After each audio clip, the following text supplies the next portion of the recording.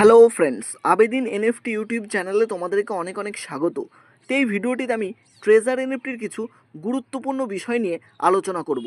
তো অবশ্যই ভিডিওটিকে একটুও স্কিপ না করে শেষ পর্যন্ত দেখতে থাকো। আমরা যারা ট্রেজার এনএফটি ইউজ করছি তাদের মনে একটাই প্রশ্ন, ট্রেজার এনএফটি আর কতদিন চলবে?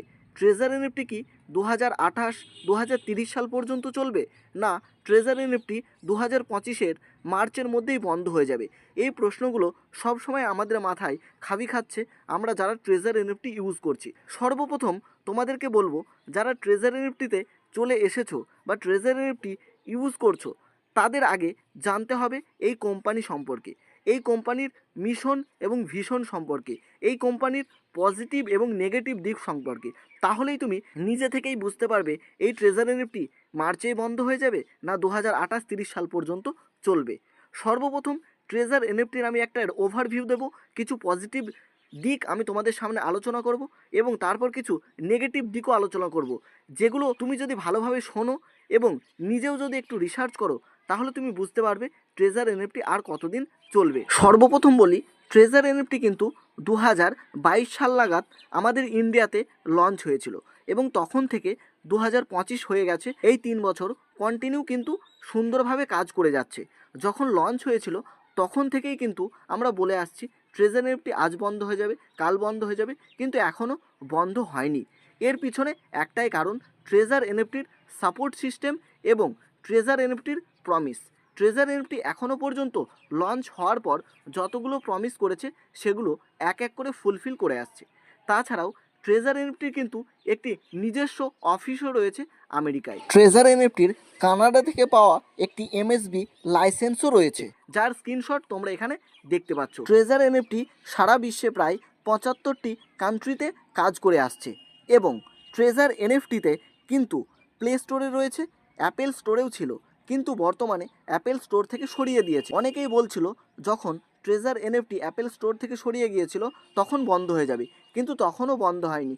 ট্রেজার এনএফটি অ্যাপেল স্টোর থেকে সরে এসেছিল একটাই কারণে, কারণ অ্যাপেল কোম্পানি 30% আর্নিং বা 30% ট্যাক্স নিচ্ছে। তাছাড়াও ট্রেজার এনএফটি প্লে স্টোরে রয়েছে, তুমি যদি প্লে স্টোরে যাও 4.7 রেটিং দেখতে পাবে এবং 1 মিলিয়ন প্লাস ডাউনলোড রয়েছে। এবার বলি ট্রেজার এনএফটি আমাদের কিভাবে টাকা দিচ্ছে, কারণ অনেকেই বলছে ট্রেজার এনএফটি ইললিগাল ওয়েতে আমাদের কিন্তু টাকা দিচ্ছে।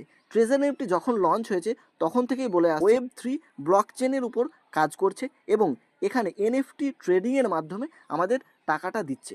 এনএফটি ট্রেডিং কি?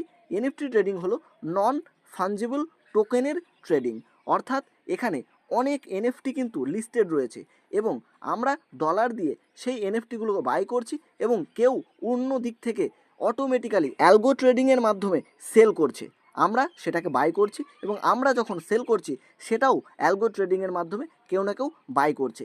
এইভাবে বাই সেল হচ্ছে এনএফটির এবং তার ভিতর থেকে যে প্রফিটটা হচ্ছে সেখান থেকেই ট্রেজার এনএফটি আমাদের কিন্তু টাকা দিচ্ছে। এছাড়াও ট্রেজার এনএফটির আরও একটি সুন্দর দিক হলো, ট্রেজার এনএফটি যদি মনে করতো যে খুব তাড়াতাড়ি সবার টাকা লুটে নিয়ে চলে যাবে তাহলে ওরা কিন্তু কিছু টার্ম অ্যান্ড কন্ডিশন রাখতো না।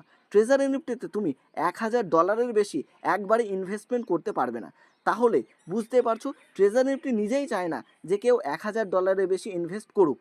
অনেকেই কিন্তু $1000 এখানে ইনভেস্ট করতে পারবে, কিন্তু ওরা রেস্ট্রিকশন আগে থেকেই রেখে দিয়েছে যে $1000 বেশি তুমি এখানে ইনভেস্টমেন্ট করতে পারবে না। তাছাড়াও বর্তমানে আমরা জানি ট্রেজার এনএফটির একটা বা দুটো রুলস এবং রেগুলেশন আমরা যদি ভঙ্গ করি আমাদের অ্যাকাউন্ট কিন্তু ব্লক করে দিচ্ছে, অ্যাবনর্মাল করে দিচ্ছে।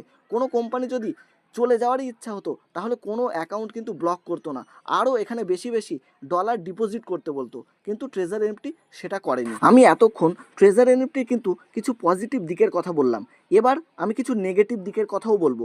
তার কারণ আমরা কেউ জানি না ট্রেজার এনএফটি কতদিন থাকবে। ট্রেজার এনএফটি এখন 5 বছর থাকতেও পারে, আবার 5 মাসের মধ্যে চলেও যেতে পারে। ট্রেজার এনএফটির সবচেয়ে বড় নেগেটিভ দিক হলো এখানে যে এনএফটিগুলো বাই সেল হয় সেগুলোর ওনার এখানে মেনশান নেই।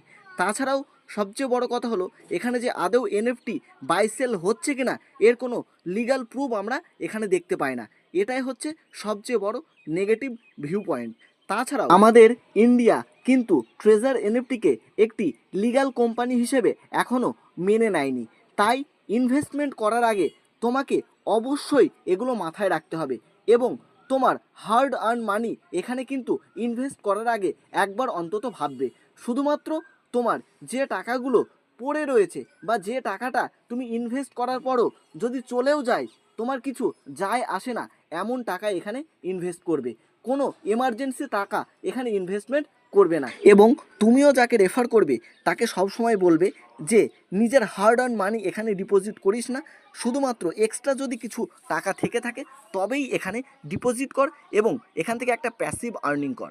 আর তার থেকেও বড় কথা, যারা অলরেডি এখানে ইনভেস্ট করেছো সবসময় একটাই টার্গেট নেবে যে নিজের ইনভেস্টমেন্ট অ্যামাউন্ট অর্থাৎ প্রিন্সিপাল অ্যামাউন্ট যত তাড়াতাড়ি সম্ভব উইথড্র করে নেওয়া এবং বাকি টাকাটা দিয়ে কন্টিনিউ আর্নিং করা। আর বলি, একটা কোম্পানি যতই বিশ্বস্ত হোক, অনেক দিন ধরেই কাজ করুক, এটি কিন্তু লিগাল কোনো কোম্পানি নয়। আমরা জানি না এই কোম্পানি কবে বন্ধ হয়ে যাবে। সবসময় তোমার মাথায় এই রিস্কের কথাটা কিন্তু রেখে দেবে, যাতে কোনো দিন যদি এই কোম্পানি বন্ধ হয়ে যায় যাতে ভেঙে না পড়ো বা তোমার এমন কিছু টাকা এখানে যেন ডুবে না যায়। এই ভিডিওতে আমি ট্রেজার এনএফটির কিছু পজিটিভ এবং নেগেটিভ দিক তুলে ধরলাম। এবার ডিসিশন তোমার, কারণ টাকাও তোমার এবং আর্নিং হলে সেটাও তোমার, তাই রিস্কটাও তোমাকেও নিতে হবে। তুমিও নিজে রিসার্চ করো, নলেজ গেইন করো, তারপরেই এই প্ল্যাটফর্মে আসো এবং তোমার যদি মনে হয় এই প্ল্যাটফর্ম ভালো তবেই ইনভেস্ট করো, না হলে ইনভেস্ট করার কোনো দরকার নেই।